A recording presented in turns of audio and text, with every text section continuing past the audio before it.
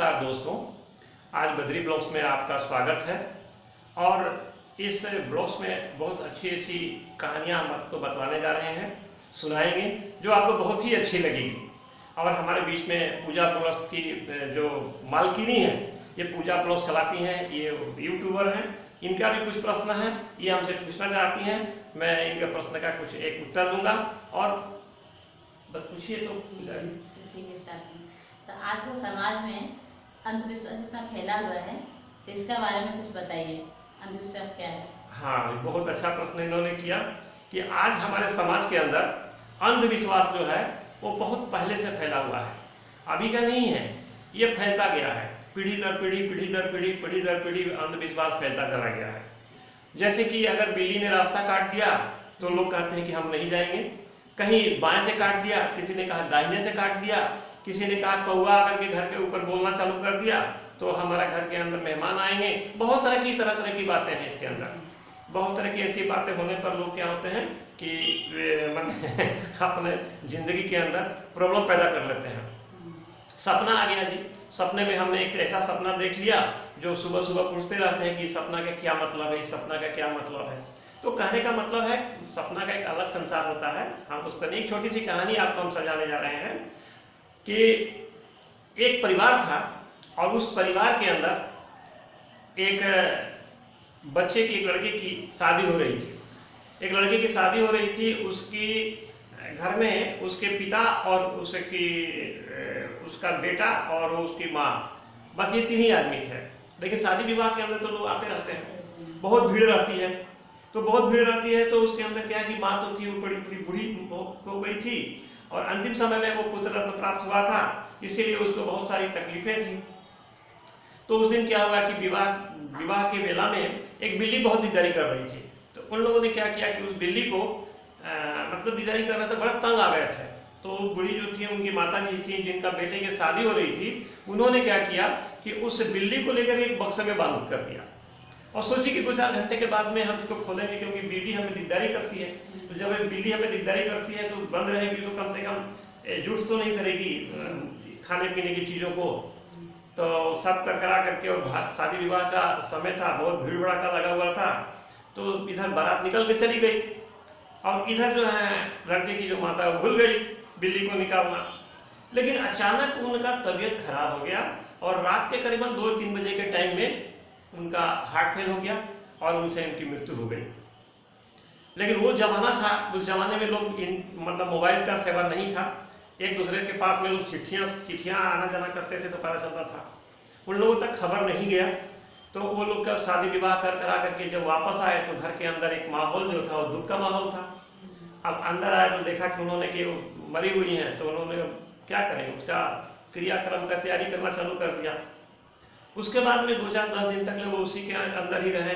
उसके बाद में क्या हुआ कि उन लोगों ने उस घर का जो लोग मालिक थे, उन्होंने एक चाबी ला करके मतलब कि बहू को दिया और कहा कि देखो बहू, ये घर की सारी चाबियां हैं और देख लो खोल खाल करके कहाँ कहाँ पर क्या क्या चीज रखा हुआ है। तो बहू मतलब थोड़ी समझदार थी तो उस जमाने की, वो भी खोल करके देखी, अलमारी खोली, सामान खोला, सब कुछ देखा कि उसके अंदर एक बक्सा खोली तो उसके अंदर देखा कि बिल्ली मरी हुई है। 10 दिन में बिल्ली थोड़ी जिंदा रहेगी, वो तो मर जाएगी। तो उसने क्या किया कि सोचा, उसको दिमाग लगाई कि लगता है कि इस घर आपको तो सास अपने बहू को बताती है, लेकिन वो तो सास मर चुकी है, बताएगा कौन उसको। तो उसने क्या किया कि उसने सोचा कि जब इस घर के अंदर शादी होता है तो एक बिल्ली को लोग बक्से में बंद कर देते हैं। तो ये चीज उनके मन में रहा। तो उनका भी एक बेटा हुआ, वो भी बड़ा हुआ। वो भी जब बड़ा हुआ तो अपने पति को सारा सामान लिखवाई, बोले कि ये लाओ वो लाओ वो लाओ। लास्ट में उसने कहा कि बिल्ली लेकर क्या तो जो बोला कि बिल्ली क्या करोगे, तो उसने कहा कि बिल्ली इसलिए लाएंगे कि भाई हमारे घर में रिवाज है। और तो बोले कि क्या रिवाज है, बोले बिल्ली को बक्से में रखना। लड़का बोला ये कौन सा रिवाज है, ये तो हम लोग तो सुना नहीं। बोले आप चुपचाप रहो जी, उसके आप कुछ मत बोलो। जैसे कि पत्नियां अपने पतियों को बोलती हैं कि आपसे ज्यादा मैं जानती हूँ, इसलिए ये सब मामले में मत बोलो। बिल्ली लाए, बांध दिया गया, उसको बक्से के अंदर डाल दिया गया और डाल डोल करके मतलब कि शादी विवाह हुआ। अब उस कुल खानदान के अंदर जब भी उसके खानदान में शादी होती तो एक बिल्ली को लाया जाता और बक्से में बंद कर दिया जाता और बिल्ली मर जाती थी 2-4-10 दिन के अंदर तक। ऐसा ही रिवाज था। धीरे धीरे एक आधुनिक युग के अंदर थोड़ी पढ़ी लिखी समझदार बहू का पदार्पण हुआ। और जब वो बहू थी तो वो भी जब धीरे धीरे जब उसके भी बेटा बड़ा हुआ तो उसकी सास तो जिंदा थी। उसकी सास ने कहा कि देखो बेटी, अपने बेटे को बारात में जब भेजना उससे पहले कम से कम एक बिल्ली मंगवा लेना। तो उसने कहा कि माता जी ये बिल्ली किस लिए लाऊं? तो बोले नहीं नहीं नहीं, बिल्ली लाना हम लोग के घर का रिवाज है।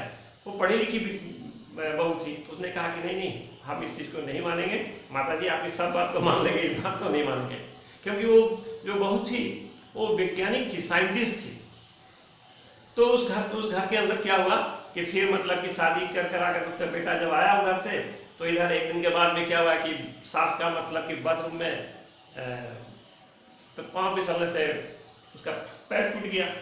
तब वो सास बार बार अपने बहू को कहे कि देखो बहू, हमने कहा था ना कि तुम मतलब बिल्ली नहीं लाए इसलिए मेरा पाँव टूट गया। सास की बात को सुन करके बहू ने कहा कि माता जी, हजारों लोगों के पाँव टूटते हैं कि जिन लोगों ने कभी बिल्ली नहीं बांधा, जिन लोगों ने कभी किसी चीज को पुराने दकियानुसी विचार को नहीं माना। तो इस तरह से क्या है कि ये परंपराएं कुछ आती हैं, पीढ़ी दर पीढ़ी घरों में चलती हैं। लेकिन हम आपसे अनुरोध करते हैं कि ऐसी ऐसी कुछ परंपराओं को हम न माने, हम अपने बच्चों को ताबीज न पहना दें, वो नहीं तो वैज्ञानिक नहीं बन पाएंगे। वो बचपन से हम उनके गले में एक ताबीज डाल देते हैं और कहते हैं कि यही तुम्हारे दुख सुख को सुख ठीक करने वाला है, यही तुम्हारे अंदर सब कुछ अच्छा करने वाला है। तो वो हम डॉक्टर के पास नहीं जाते हैं। आज भी गांव के अंदर हमने देखा है कि जब पेट के अंदर दर्द होता था तो लोग क्या करते थे, वो जादू मंत्र करने के लिए चले जाते थे। मैं अपनी एक छोटी सी बात बताना चाहता हूँ कि जब मैं छोटा था, उस वक्त मैं बहुत छोटा था, 7-8 साल का रहा होगा, तो मैं गाँव में गाँव के अंदर एक पच्चन बाबा थे, पच्चन बाबा। तो हमको उस वक्त की बातें याद है कि जब मैं उस वक्त छोटा था, मेरे पेट में, अब बच्चा है खाना खाएगा तो पेट में दर्द होगा ही होगा। तो मेरे पेट में जब दर्द होता था तो हमको बच्चन बाबा के पास लोग ले जाते थे। और बच्चन बाबा जो है हमारे पेट को इतने जोर से दबा करके दबाते थे और छू करते थे, तो वो दर्द जो था वो तो गायब हो जाता था, लेकिन दबाने का जो दर्द है ना वो हो जाता था। उस दर्द से वो दर्द ज्यादा हो जाता था। इसीलिए अब हमारे घर में लोग खुश हो जाते थे। और वहीं वो पच्चन बाबा थे, वो क्या करते थे, लोहा लकड़ का काम करते थे, धुआं धक्कड़ जला करके वो अपना लोहा पीटते रहते थे, उसी में से राख निकाल देते थे। और हमको सुबह 12 बजे शाम को लोग क्या करते थे, उस राख को खिलाते थे, कहते थे कि राख को खाओ, अब तुमको पच्चन बाबा ने दिया है। तो इस तरह की जो बातें हैं, इस तरह की जो दकियानुसी विचारे हैं, इससे हमारे समाज के अंदर साइंटिस्ट नहीं बन पाएंगे।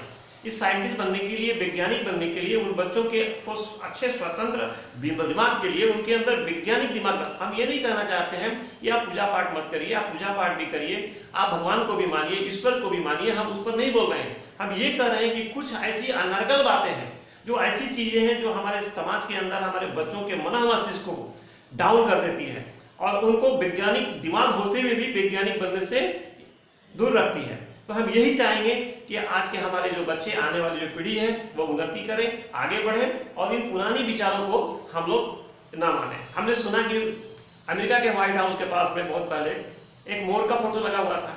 वो बोलते हैं कि व्हाइट हाउस के अंदर मोर का फोटो, मतलब मोर के पास में भूत नहीं आते हैं।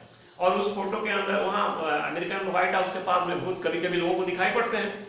तो ये हमने पढ़ा है, हम तो कभी अमेरिका गए नहीं, लेकिन हमने सुना है।